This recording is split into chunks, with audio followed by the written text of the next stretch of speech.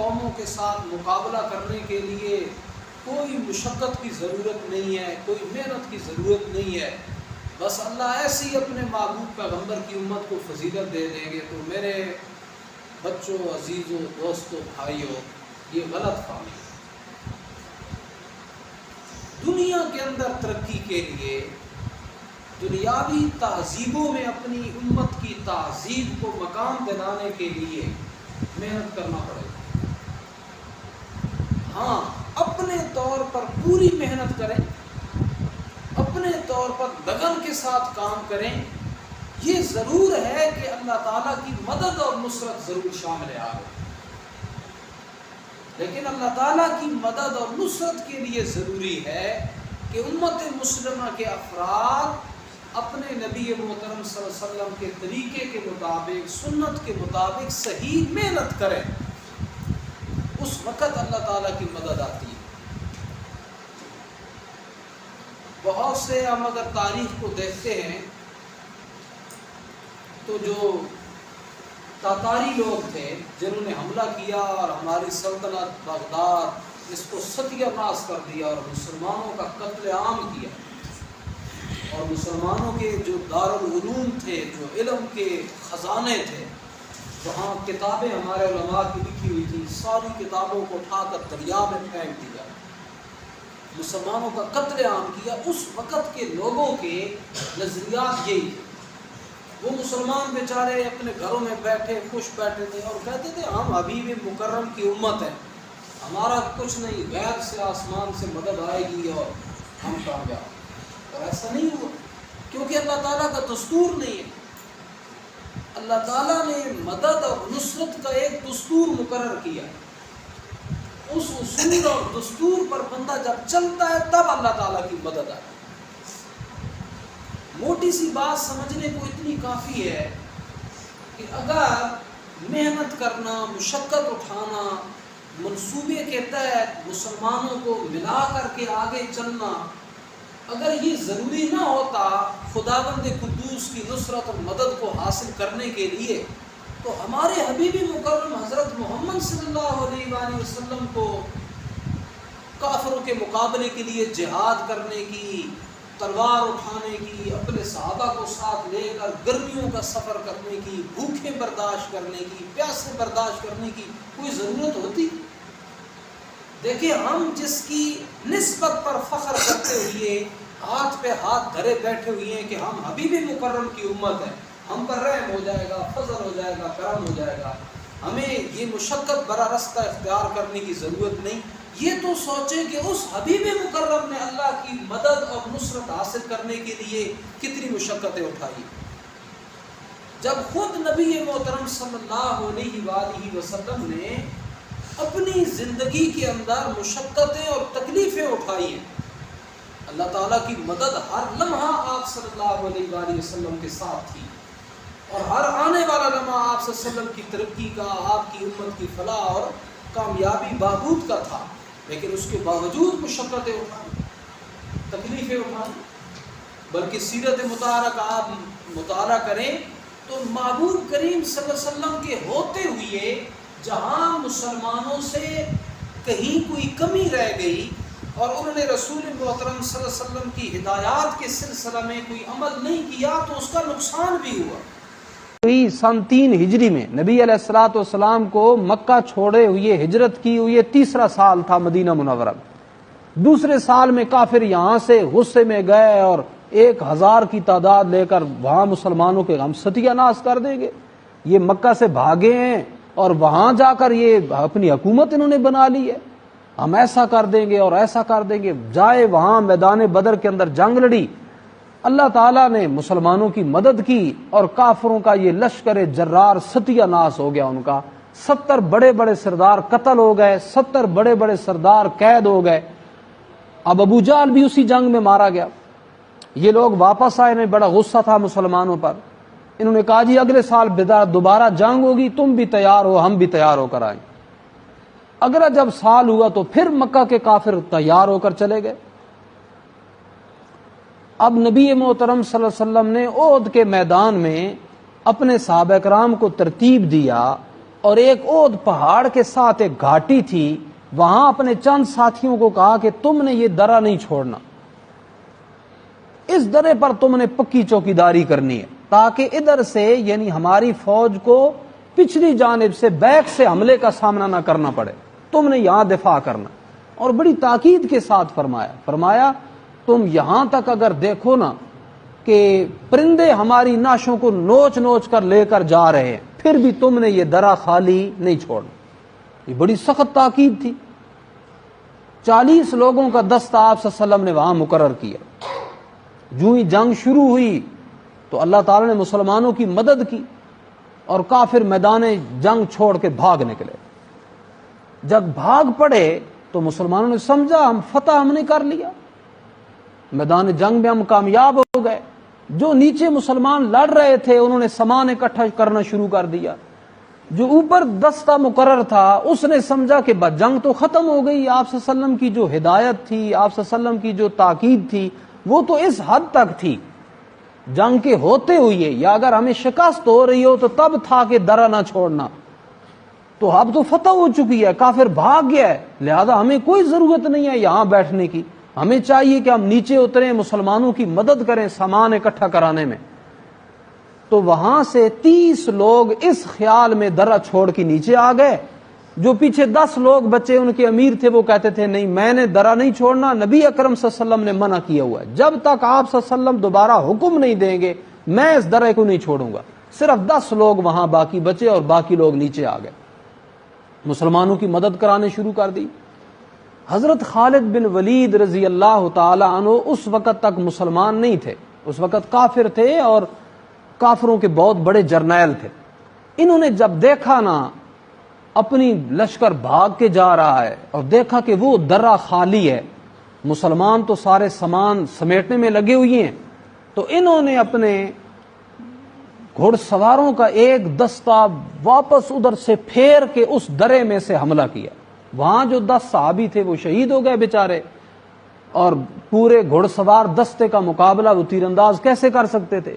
جب ادھر سے اچانک حملہ ہوا، مسلمان تو یہاں نہ صف بندی تھی، نہ مورچہ بندی تھی، نہ کوئی پوزیشن لی ہوئی تھی، بس سامان اکٹھا کر رہے ہیں اور فتح اور خوشی کے اندر ہیں۔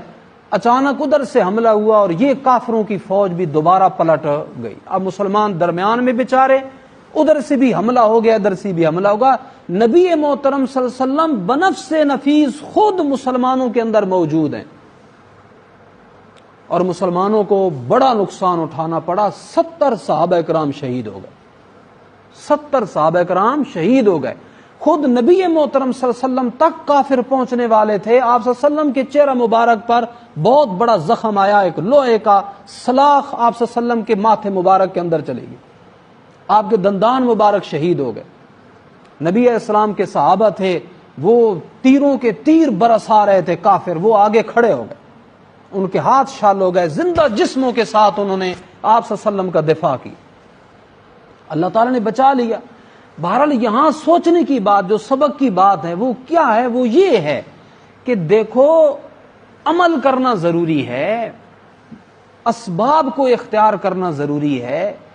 نبی محترم صلی اللہ علیہ وسلم کے صحابہ کرام اسباب اختیار کرتے تھے، خود نبی اکرم صلی اللہ علیہ وسلم بھی اسباب اختیار کرتے تھے، منصوبہ بناتے تھے، اس طرح جنگ کرنی ہے، یہاں سے نقصان نہ ہو جائے، یہاں سے نقصان نہ ہو جائے، یہ ساری احتیاط کرتے تھے، اور پھر اللہ تعالیٰ سے مدد کی دعا کرتے تھے، یا اللہ ہماری مدد فرمانا۔ ہم مسلمانوں نے اپنا آدھا آدھا دین لیا ہوا ہے، بہت سے لوگ تو وہ ہیں جو دعا کو ضروری نہیں سمجھتے، سارا یقینی اسباب پر ہے، بس آپ کو کہتے ملیں گے پیسہ ہو تے سارا کچھ ہونا، جی پیسہ ہوئے تے سارا کچھ ہونا۔ وہ ان لوگوں کا یہ خیال ہو گیا، وہ سمجھتے ہیں کہ شاید اللہ تعالیٰ معطل ہیں، بس اللہ نے اسباب بھی جو کچھ اسباب۔ کچھ لوگ بیچارے یوں غلط ہو گئے، محمد صلی اللہ علیہ وسلم کا راستہ چھوڑے بیٹھے ہیں، اور کچھ یوں غلط ہو گئے کہ وہ صرف دعا ہی پر انہوں نے کیا ہوا ہے، اور اسباب کو اختیار کرنا ضروری نہیں سمجھ۔ وہ سمجھتے ہیں بس محنت کرنے کی ضرورت نہیں، بس دعا کرساں جی اللہ مہربانی کرے سی جی۔ تو یہ دونوں چیزیں غلط ہیں۔ دیکھو ہمارا مذہب اسلام ایک حقیقی مذہب ہے، وہ ایسے نہیں کہتا۔ اسلام اس بات کی ترغیب دیتا ہے کہ آپ کسی چیز کو حاصل کرنے کے جائز پورے ذرائع استعمال کرو، پوری محنت کے ساتھ استعمال کرو. ہاں یقین اسباب پر نہ کرو کہ بس میں نے سبب اختیار کر لیا ہاں تمام پریشانی کوئی نہیں، نہ یہ بات نہیں. سبب پوری جد و جہد کے ساتھ، پوری محنت، دستور، ضابطوں، اصولوں کی پابندی کرتے ہوئے کرو، اور یقین اللہ تعالیٰ کی ذات پر ہو کہ اللہ مہربانی کرے گا، مجھے روزی عطا کرے. مزدور کو چاہیے وہ مزدوری پر نکلے. گھر میں بیٹھا اگر بیٹھ رہ جائے گا کہتا ہے خدا دیسی خدا دیسی خدا دیسی، تو یہ بات غلط ہے. اسے چاہیے مزدوری پر نکلے. جہاں مزدور اکٹھے ہوتے ہیں، جہاں لوگ آتا ہے مزدوروں کو لینے کے لیے، وہاں جائے، پوری تیاری کے ساتھ جائے، صحت کا خیال رکھتے ہوئے پوری دل کے ساتھ کہ میں کام پر جاؤں گا، میں کام کروں گا. ہاں آگے اللہ پر بھروسہ کرے. اس کے بس میں اتنا تھا کہ وہ مزدوری کے لیے تیار ہو جائے، اپنے اسباب لے کر جائے، اللہ پر بھروسہ کرتے ہوئے جائے، آگے مرضی رب العالمین کی. اس کا اپنا جو ذمہ جو کام تھا وہ کر لی. ایک دکاندار ہے، اس نے رزق کے، بچوں کے رزق کے حصول کے لیے دکان بنائی ہے. اگر وہ دکان بند کر کے گھر بیٹھے جائے اور کہتا خدا دینا، چھپر پاڑ کے دینا، دکان کھولے گا نہیں، تو یہ کوئی اسلام نہیں ہے، یہ کوئی ایمان نہیں ہے. اسلام ایمان یہ ہے کہ وہ صبح سویرے محنت کرے، بر وقت تیار ہو کر پورے دن وہاں بیٹھ کر محنت مزدوری کے ارادے سے پورا دھیان دے کے آئے، بر وقت اپنی دکان کھولے. ہاں اتنا کام اس کا تھا، آگے رب جانا. اب اللہ مہربانی کرے گا، اس کی مرضی آئے گی وہ جھولی بھر دے گا. مرضی آئی کبھی خالی ہوگا، کبھی زیادہ دے گا، کبھی آدھا دے گا. یہ اس کا اپنا اختیار ہے. اور یہاں آ کر توکل کا کام شروع ہوتا ہے، اللہ تعالیٰ کے سپرد کرنے کا کام شروع ہوتا ہے. تو یہ ہمارا اصل مذہب ہے، یہ ہمارا دین ہے. تو بہت سے لوگ وہ ہیں جو اسباب کو اہمیت نہیں دیتے، ترک نہیں کرتے، یا اسباب اختیار کرنے میں سستی کرتے ہیں. دیکھا نا یہاں سابق نبی اسلام نے خود اسباب اختیار فرمائے. اس درے سے ہمیں نقصان ہو سکتا ہے، آپ نے 40 بندوں کا دستہ مقرر کیا، اسباب آپ نے اختیار فرمائے. اب اس سبب کے اندر ذرا تھوڑی سی نرمی ہو گئی، کچھ سستی ہو گئی مسلمانوں سے، تو کتنا بڑا نقصان ہو گیا. تو پتہ چلا بھائی اسباب کو پوری محنت کے ساتھ استعمال کرنا پڑتا ہے. جتنی صلاحیت ہو، جتنی طاقت ہو، بھرپور انداز میں اسے استعمال کرنا ہوتا ہے، تب اللہ تعالیٰ کی مدد اور نصرت شامل حال ہوتی ہے. بندہ سست پڑ جائے، سستی بڑا پڑا جائے اور کہتا ہے رب دیسی رب دیسی، تو یہ بات غلط طریقہ کار. یہ ہمارے نبی اکرم حضرت محمد صلی اللہ علیہ وسلم کی تعلیمات نہیں ہیں. اور دوسری طرف دیکھو تو اللہ تعالیٰ کو یاد نہیں ہے، بس یہ کہتا بس سبب مل جائے. اچھا اس کا نقصان کیا ہوتا ہے؟ جو بندہ اسباب نہیں اختیار کرتا نا، صرف کہتا ہے اللہ تعالیٰ دیسی، اللہ تعالیٰ چھپر پاڑ کے دیسی، غیب تو دیسی، تو یہ بندہ معاشرے میں سستی کو رواج دیتا ہے اور اپنی سستی کو مذہبی لبادہ پہنا کے پیش کرتا ہے. معاشرے میں محنت کرنے کا جو دستور ہے وہ ختم ہو جاتا ہے، معاشرہ اپاج ہو جاتا ہے. محنت کرنے کو لوگوں کا دل نہیں کرتا. بھائی تھکاوٹ برداشت کرنا کسی کو دل کرتا ہے؟ اور پھر اسے مذہب کی مقدس چادر پہنا دے گا اپنی سستی کو، اپنی کاہلی کو، تو پھر اس کا کیا نتیجہ نکلے گا کہ لوگ مذہب کا لبادہ پوڑ کر بیٹھ جائیں گے، اور بھائی کھائے بغیر تو گزارا نہیں. پھر نتیجہ نکلے گا لوگوں کے مال کی طرف دیکھنا، ٹھیک ہے نا، فلاں کچھ دے دے، فلاں کچھ دے دے، دل میں لالچ پیدا ہونا شروع ہو جائے گا. ایسا بندہ لالچی ہو جاتا ہے. اور جو بندہ لالچی ہو جاتا ہے نا، خود کمانے والا نہیں ہوتا، تو لالچ بہت بری بلا. یہ تھوڑی نہیں، مذہب بھی انسان بیچ دیتا ہے لالچ کی وجہ سے. یہ جتنے مذہبی اختلافات آپ دیکھتے ہیں، اس کی بنیادی وجہ یہ ہوتی ہے کہ مذہب کا نام لیوا خود جب لوگوں کی جیبوں سے لے کر کھائے گا تو اس نے لوگوں کو خاک سیدھا مسئلہ بتانا ہے. اس نے تو یہ دیکھنا ہے کہ فلانا بندہ، فلانا حاجی صاحب وہ ہمارا تعاون کرتے ہیں، میں نے اگر یہ مسئلہ کیا وہ ناراض ہو جائیں گے، میں نے یہ سچی بات کی وہ ناراض ہو جائیں گے. بھائی اس طرح نہیں ہوتا. تو ستیہ ناس ہو جاتا ہے دین کا بھی، ستیہ ناس ہو جاتا ہے دنیا کا بھی. اس کی وجہ یہ ہے کہ اس نے سستی کرنا، محنت کرنا چھوڑ دی. نبی محترم صلی اللہ علیہ وسلم کی خدمت میں ایک صحابی حاضر ہوئے اور آپ سے دست مبارک ملایا جب آپ صلی اللہ علیہ وسلم نے اس کا ہاتھ اپنے ہاتھ میں لیا نا تو اس کا ہاتھ سخت معلوم ہوا. آپ صلی اللہ علیہ وسلم نے اس کے ہاتھ کا بوسہ لیا اور فرمایا کیا کام کرتے ہو؟ یا رسول اللہ پتھر تراشتا ہوں، محنت کرتا ہوں. آپ نے فرمایا القاسب حبیب اللہ، جو بندہ اپنے ہاتھ سے محنت کمائی کرتا ہے نا، مشقت اٹھاتا ہے، محنت کر کے کماتا ہے، وہ اللہ کا دوست ہوتا ہے، وہ اللہ کا دوست. تو ہمارے نبی محترم صلی اللہ علیہ وسلم نے محنت کو رواج دیا ہے، مشقت اٹھانے کو رواج دیا ہے. توکل اور چیز ہے. محنت اپنے طور پر پوری محنت کرنے کے بعد توکل ہوتا ہے. یہاں مسئلہ یہ کہ سستی شروع ہو گئی اور نام توکل کا دے دیا. بالکل جوگی پان جو کہ ہندوؤں کا طریقہ کار ہے وہ اختیار کر لیا، اور اسے مذہب کا لباس.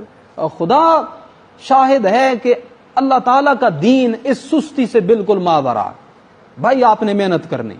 ایک طبقہ یہ ہے اگر اس میں سستی کرے گا تو معاشرے میں یہ چیز پیدا ہو جائے گی. اب دوسرا طبقہ ہے، دوسرا طبقہ وہ اس انتہا کو پہنچا ہوا ہے کہ وہ سمجھتا ہے صرف سبب ہی سبب ہیں، بس اسے یاد ہی نہیں کہ میں نے اللہ کی ذات پر توکل بھی کرنا ہے یا بھروسہ بھی کرنا ہے یا نہیں کرنا. وہ کہتا ہے بس صرف اسباب ہون تے سارا کچھ جی، اسباب ہون تے سارا کچھ جی، پیسہ ہوئے تے سارا کچھ. میرے دوستو ایسا نہیں ہے، یہ بہت بڑا دھوکہ ہے. بالکل نظر ایسی آتا ہے پیسہ ہوئے تے سارا کچھ، نہیں تو ایسا نہیں ہے، خدا کی قسم ایسا نہیں. آپ جس شخص کو بڑی رشک بھری نگاہ سے دیکھ رہے ہوتے ہیں نا کہ یہ بڑا سکھ میں ہے، اس کے پاس پیسہ ہے، خدا کی قسم اس کے اندر ڈوب کر دیکھو، اگر اس کا اندر، اس کا دل، اس کے حالات تمہیں پتہ چل جائیں تو تم کہو کہ یا اللہ تیرا شکر ہے اس فقر اور محتاجی میں تو بڑا سکھ میں. یہ ایک دھوکہ ہوتا ہے. ہر بندے کو چاہیے کہ اللہ نے جو سبب دیے پوری محنت کے ساتھ، امانت دیانت کے ساتھ، اللہ سے ڈرتے ہوئے استعمال کرے اور راضی رہے رب کی تقسیم پر. رب نے جو دیا بہت دیا. اب اس اسباب کی دوڑ کے نقصانات کیا ہوتے ہیں؟ اس اسباب کی دوڑ کا سب سے بڑا نقصان یہ ہے کہ جو کچھ آپ کے پاس اللہ کی نعمت ہے نا، آپ اس پر شکر کرنا چھوڑ دیتے ہیں. یہ سب سے بڑا نقصان ہے. آپ دیکھتے ہیں اس کے پاس بڑا پیسہ، وہ کبھی یہ نظر نہیں گئی کہ اللہ تعالیٰ نے تجھے کتنا نوازا ہوا ہے. وہ دوسروں پر ہی نگاہ پھرتی رہتی ہے. اسی کوڑن میں زندگی کا چین برباد ہو جاتا ہے. جو اللہ تعالیٰ نے ایماندار کو ایک عزت نفس عطا فرمائی ہے نا، اس سے انسان معروم ہو جاتا ہے. اور آپ کتنے، کوئی شخص اگر امیر ہے اسے اللہ تعالیٰ نے اسباب دیے، اگر آپ کو اتنا قدر نہیں نا جو اللہ تعالیٰ نے آپ کو دیا ہوا ہے تو سمجھ لیں کہ آپ زیادہ پیسے کے مستحق ہی نہیں. بھئی اللہ تعالیٰ نے جو آپ کو نعمت دی ہے، جب اس کی آپ کو قدر نہیں ہے تو آپ زیادہ نعمت کو کیا لے کر کیا کریں گے اور کیا گل کھلائیں گے؟ آپ سے کوئی خیر کی توقع نہیں، کوئی آپ نے بھلا کام نہیں کرنا. اس لیے میرے دوستوں اور بزرگوں، یہ دوسری خرابی، اس بہت بڑی خرابیاں ہیں معاشرتی. ایک اس میں یہ ایک میں نے آپ کے سامنے خدمت میں عرض کی. تو بہرحال عرض کرنے کا مقصد یہ ہے، اللہ تعالیٰ نے ہم میں سے کسی کو بھی فقیر پیدا نہیں کیا. اللہ تعالیٰ نے بڑی نعمتیں عطا فرمائی ہیں، بہت صلاحیتیں سے نواز دیا ہے، اور کوئی شخص بھی دنیا میں کامل بھی نہیں. بندہ کہے نا بہت کامل ہے، اس سے ہر، اگر آپ کے پاس پیسہ ہے نا تو آپ کو کسی دوسری طرف سے رب تعالیٰ نے ادھورا چھوڑا ہوگا. اگر اس طرف سے کوئی بندہ کامل ہے تو پیسے کی مدد سے، اولاد کی طرف سے، کہیں برادری میں کوئی نہ کوئی مسئلہ. اس دنیا میں کامل کوئی نہیں، کامل ذات صرف اور صرف ایک اللہ تعالیٰ کی. ہر ایک کو اللہ نے بہت، یقین کیجئے، میرے ایک شاگرد تھے ہمارے گجرانوالہ میں، حافظ صاحب. میں حیران ہوتا ہوں اور اس پر مجھے وہ یاد آ گئے. وہ نابینا تھے دونوں آنکھوں سے. اب بتاؤ کہ جو شخص نابینا ہو، نابینا بندہ ہو تو دنیا کا کوئی رنگ نہیں دیکھ سکتا بیچارہ، ہیں کوئی کیسی شکل کا ہے، کیسے کپڑے پہنے ہوئے، یار سبز رنگ کیسا ہے اس بیچارے کو یہ بھی نہیں پتا، سرخ رنگ کیسا ہوتا ہے اس بیچارے کو نہیں پتا. اچھا وہ حافظ صاحب کو اللہ تعالیٰ نے ایسی صلاحیت عطا فرمائی تھی، وہ ملتے تھے، ملنے کے بعد ایسے یہ جو گٹی ہے یہاں پر ہاتھ اس طرح رکھتے، ایسے اتنا رکھ لیا، کون ہو جی؟ اچھا وہ فلاں دوست ہے، فلاں استاد ہے.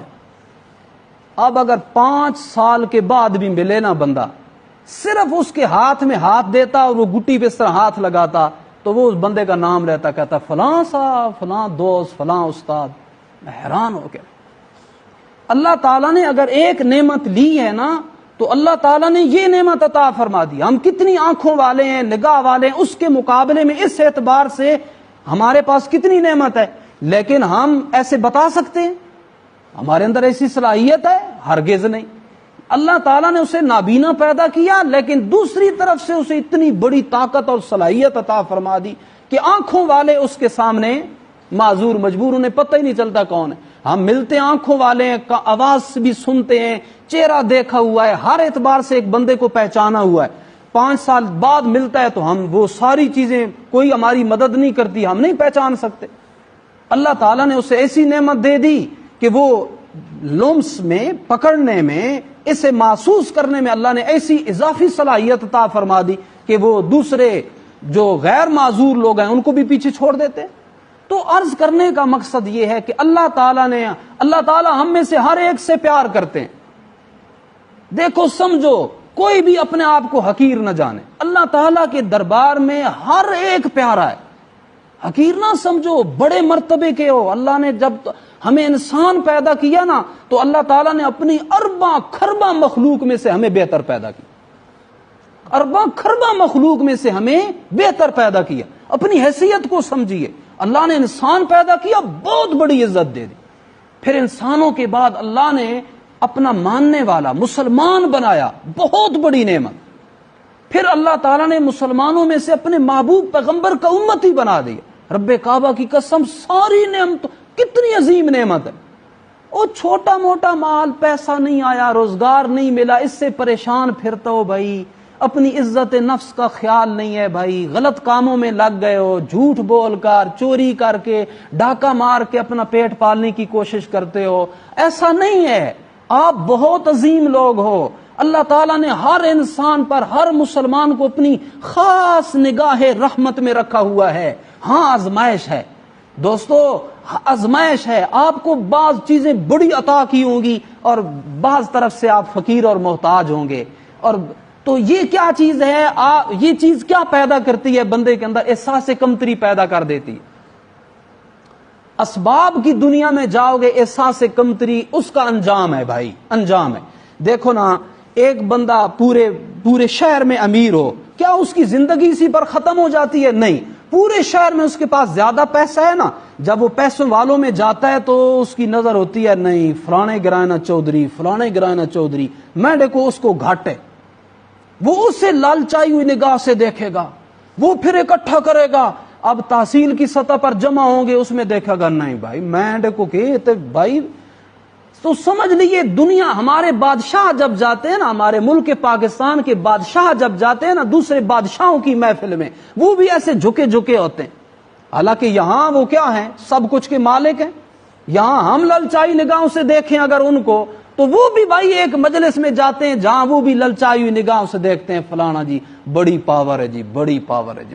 بھائی یہ اسباب کی دنیا ہے, اسباب کے پیچھے لگ جاؤ گے, اللہ تعالیٰ کی ذات پر بھروسہ یقین نہیں کرو گے, زندگی کا چین ختم ہو جائے گا. اسی طلب میں بال سفید ہو جائیں گے, ہڈیاں جواب دے جائیں گی, اور مٹی کے ساتھ مٹی انسان ہو جائے گا. یہ انسان کی بھوک نہیں مٹے گی. میرے اور آپ کے محبوب پیغمبر سرور دو عالم صلی اللہ علیہ وسلم نے 2 لفظوں میں انسان کی ان خرابیوں کو بیان کرتے ہوئے فرمایا, یحرم ابن آدم, ابن آدم بڈھا تھی وینا, مر وینا, لیکن یشب منہ اسنان, 2 چیزیں اس میں جوان ہوتی رہتی ہیں, ایک مال کی محبت اور ایک زندگی کی محبت. بھائی ان چیزوں سے نظر ہٹاؤ, جو کچھ اللہ نے آپ کو دیا ان پہ نظر کرو, اللہ کا شکر ادا کرو, اور جو کچھ دیا اس کے تحت اللہ سے حلال رزق روزی تلاش کرنے کی کوشش کرو, محنت کرو. یہ 2 چیزیں ہیں, اگر ہم اسے اپنی زندگی کے ساتھ باندھ لینا تو اللہ تعالیٰ کی ذات اقدس کبھی بھی نہ بھوکا ماریں گے نہ پریشان کریں گے. دیکھو سکون اطمینان سب سے بڑی دولت ہے. دولت پیسہ نہیں ہے, دولت کوئی جائیداد نہیں ہے, سکون اطمینان سب سے بڑی دولت. ایک شخص جس کا اربوں کھربوں میں کاروبار ہے لیکن بیچارہ پریشان ہے, خدا کی قسم اس کی نسبت وہ بھوکھا بہت سکون میں ہے جو 1 ٹائم کی روٹی کھاتا ہے لیکن اسے پریشانی کوئی نہیں ہے, وہ پرسکون ہے. اس سے بہتر ہے. وہ بھی پیٹ ہی پالتا ہے, کوئی پیٹ کے اوپر تو پیسہ نہیں بندہ باندھ لیتا, ضرورت پیٹ کے اندر ڈالنے کی ہے. وہ بھی پیٹ کی آگ بجھا لیتا ہے, یہ بھی پیٹ کی آگ بجھا لیتا ہے. ضرورت پوری ہونے میں دونوں برابر ہیں. تو سکون کی تلاش کے لیے اسلامی تعلیمات کو من و عن پورا اختیار کیجیے, اپنے نبی محترم صلی اللہ علیہ وسلم کی پوری شریعت کو سمجھ کر اس پر عمل کرنے کی کوشش کیجیے. نہ تو محنت سے جی کو ترائے, محنت اچھی طریقے سے کرو, جو اللہ تعالیٰ نے اسباب دیے امانت داری کے ساتھ پوری محنت اور لگن کے ساتھ انہیں کام میں لگاؤ, تاکہ اللہ تعالیٰ سے مدد مانگو. بالکل اسباب کے پیچھے پڑ کر خدا کو بھول جانا کہ نہیں میڈا اتنا پیسہ لب بن جاتے ہو چیز ہی بن جا ہو چیز, اس سے کچھ نہیں بنتا. اللہ تعالیٰ نے جو ہمیں دینا ہے نا, ہم پوری محنت کے ساتھ لگن کے ساتھ کام کریں گے, اللہ تعالیٰ غیب سے انتظام کرتے چلے جائیں. جتنا اس نے دینا ہے وہ ضرور عطا فرمائے گا. اور اللہ تعالیٰ ہم سب کا حامی و ناصر ہو.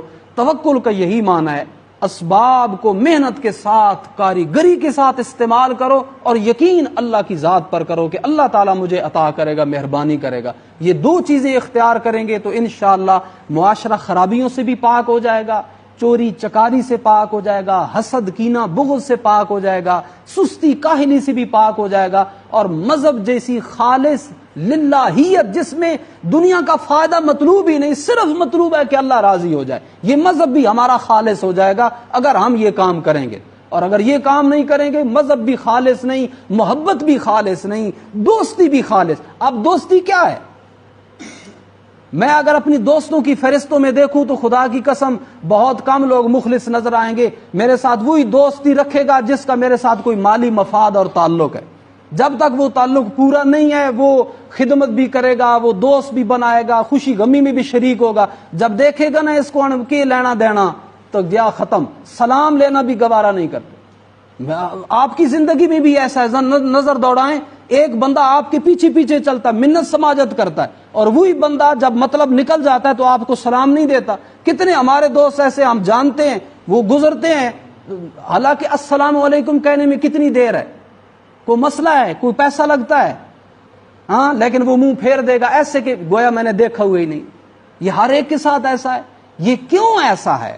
یہ صرف اور صرف اس واسطے کہ اسباب کو ہم نے کامیابی سمجھا ہوا ہے, پیسے کو ہم نے کامیابی سمجھا ہوا ہے. وہی ہمارا مدعا ہے جس کی وجہ سے بھائیوں محبتیں خالی ہو گئی ہیں, وفا کوئی نہیں رہی, اچھے جذبات کوئی نہیں رہے, حسد کینہ بغض عداوت یہ چیزیں پیدا ہو گئی ہیں. سب کچھ مال ہی مال ہے, سب کچھ اولاد ہی اولاد ہے, سب کچھ یہ چیزیں پیدا ہو گئی. اس وجہ سے معاشرے سے سکون نامی چیز کہیں ڈھونڈے سے نہیں ملتی. تو اللہ تعالی ہم سب کے حال پر رحم فرمائے. اللہ تعالی ہمیں اپنے حبیب پیغمبر صلی اللہ علیہ وسلم کی شریعت کے مطابق اپنے نظریات, خیالات, عمل, اخلاق سنوارنے کی توفیق مرحمت فرمائے. ہماری کمیوں کو تائیوں کو درگزر اور معاف کرے. وآخر دعوانا الحمدللہ رب